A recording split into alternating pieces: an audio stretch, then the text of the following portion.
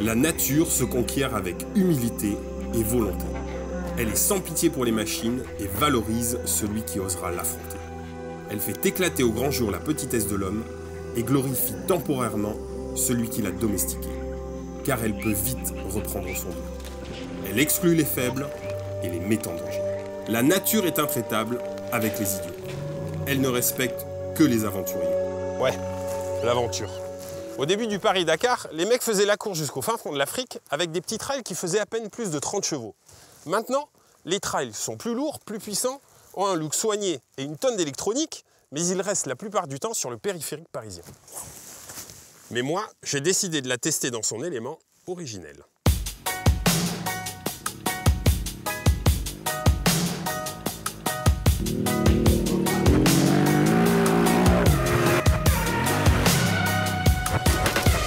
L'Africa Twin est la dernière arrivée dans la famille des gros trails. Et comme Honda est quand même champion du monde MotoGP, il y a un ingénieur qui a proposé 220 chevaux. Et son boss l'a viré. Depuis longtemps, la philosophie Honda, c'est l'équilibre absolu, l'homogénéité. Pas l'espoir. La nouvelle Africa Twin marque une sorte de rupture avec ses concurrentes, qui pour certains modèles développent 155 ou 160 chevaux. Ici, Honda a conçu un moteur bicylindre en ligne de 1000 cm3 et de 95 chevaux. 95 chevaux seulement. Moins de 100 chevaux et 9,8 mètres kg de couple, ça peut paraître peu, mais pourtant les reprises sont assez copieuses. On peut pas dire qu'on est submergé par les sensations mécaniques, mais pourtant c'est très efficace. En plus, ça se manie comme un vélo. Ce gros trail ne fait pas défaut à la marque en proposant un comportement dynamique très naturel et facile. Mais hyper bien équilibré, ce qui fait qu'on ne sent pas trop ses 232 kg. En gros, cette Africa Twin renoue avec les trails de l'époque. Plus léger, moins puissant, plus simple en fait. Sauf sur un détail, elle n'a pas de levier d'embrayage. Vous voyez ça? En fait, c'est un frein à main. Et oui, cette moto n'a ni levier d'embrayage ni sélecteur, parce qu'elle est équipée d'une boîte qui passe automatiquement les rapports. Du coup, en fait, c'est un gros scooter. Sauf que la technologie est plus sophistiquée. Comme certaines voitures modernes, Honda a intégré une boîte de vitesse à double embrayage appelée DCT. En fait, il y a deux petites boîtes de vitesse, une pour les rapports pairs, l'autre pour les impairs. Au guidon, il y a des palettes pour monter ou descendre les rapports. Mais il y a un mode tout automatique paramétrable sur 4 logiques différentes, selon que l'on cherche du confort ou de la performance. La première bonne chose avec cette Africa Twin, c'est que contrairement aux autres gros trails, elle n'a rien d'un super tanker. Honda a su faire une machine fine avec une position debout naturelle. Et en plus, il y a d'excellentes suspensions. En fait, elle est carrément à l'aise en tout terrain. Si les trails modernes avaient quelque peu perdu cette agilité et capacité de franchissement ces 10 dernières années, l'Africa Twin rappelle immédiatement ce pourquoi cette catégorie de machines est faite. Partir à la conquête de la nature. Putain, petit patinage de merde! La technologie, c'est comme tout, faut savoir s'en servir. L'Africa Twin a 3 niveaux de contrôle de traction. Il suffit juste de l'adapter aux circonstances pour ne pas tomber comme une bouse à la première difficulté. C'est hallucinant, je sens le traction control travailler comme un malade et la moto garder son cap. Il y a juste ce qu'il faut de puissance pour rouler vite. Monsieur Honda, ceci est de l'excellent travail. Mais pour être certain que cette machine révolutionnaire est une réelle avancée dans le domaine du transport en terrain difficile, nous allons affronter un mode de transport naturel qui a plusieurs millions d'années d'évolution au compteur, un bourrin. Moi, j'ai 95 chevaux. Eh ouais, moi, un cheval. Et le tien, il coûte combien? Dans les 4000. Et toi? 14 000. Par contre, il ne crotte pas. Eh ouais, mais il pollue.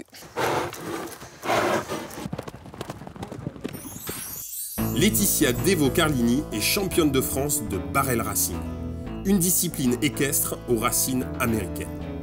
Ce sport consiste à faire courir le plus rapidement possible un cheval surexcité sur un parcours en trèfle délimité par des barils. Oh putain.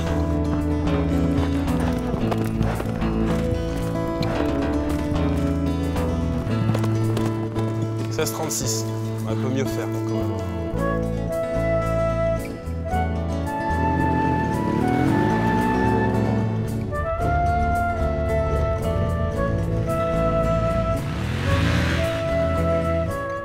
Pour 14 000 €, l'Africa Twin est certes capable de vous emmener au travail dans un confort princier ou de vous transporter loin du chaos urbain d'un claquement de doigts, mais elle se fait lamentablement écraser par une machine à crottin.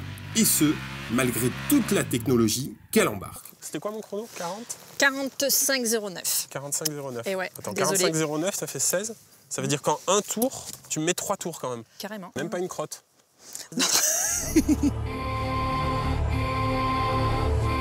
La nature est difficile à battre, même pour la dernière Africa Twin.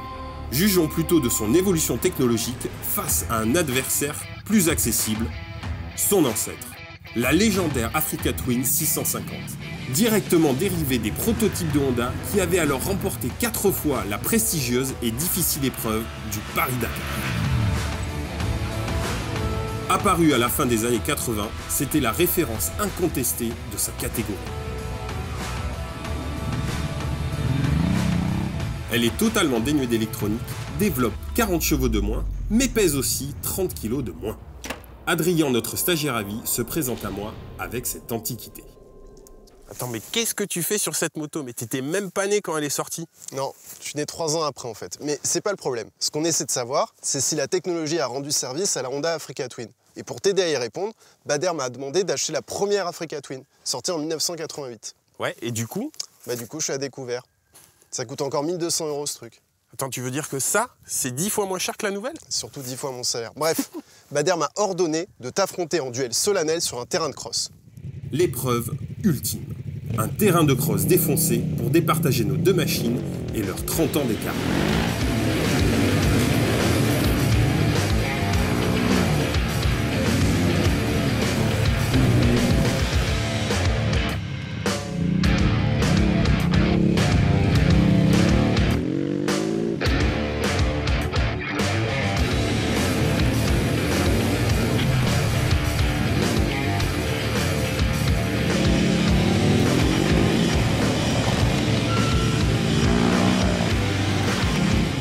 Et à ma grande surprise, la victoire est pour Adrien sur l'ancêtre.